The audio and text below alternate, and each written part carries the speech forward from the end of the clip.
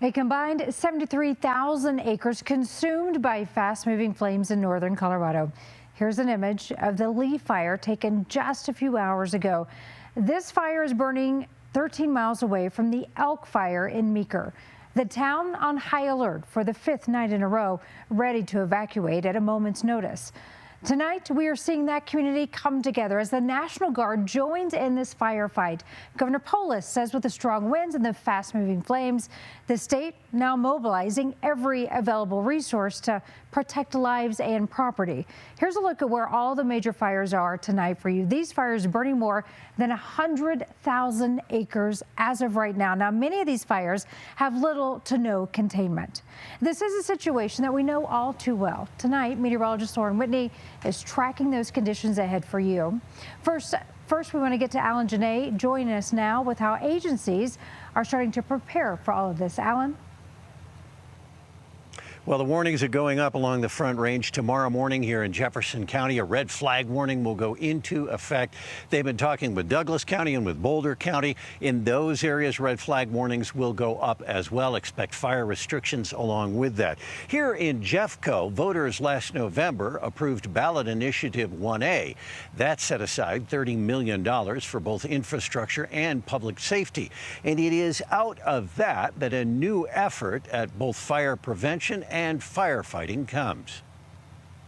Totally torching here, you head over the ridge. There's some of the most unnerving images of fire in Jefferson County, a July day when the Elephant Butte fire hit Evergreen. Restrictions and advisories are rising while the county dries out. Another recognition of what firefighters already know. Fire doesn't go by a calendar or go by red flag days.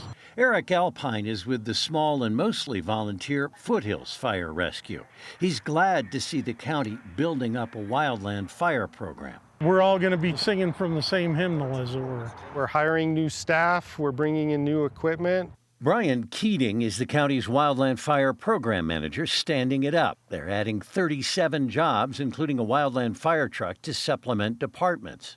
But really our primary focus is the proactive side of it, doing the fire mitigations. And looking at places where the escape routes are difficult during evacuation. We looked at traffic patterns, we looked at traffic volumes, and we identified those communities that are one way in, one way out kinds of situations.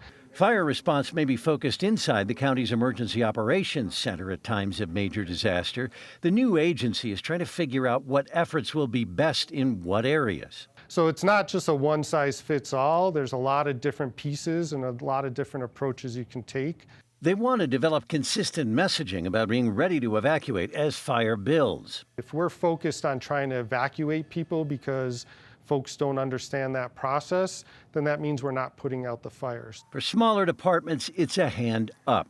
Some departments have larger budgets than other departments, so having the county jump in will certainly help kind of balance that out, and everybody gets a piece of the pie then. Because fire will come as firefighters try to hold the line. We're ready 24/7. One of the things that they have to figure out, says Keating, is how to get more people to sign up for what are called lookout alerts. Those are the alerts that they use here in Jefferson County. He said the last time he checked, the sign-up rate was 24% of Jeffco residents. So that is a lot of people who may not be getting the messages that they may need at critical times.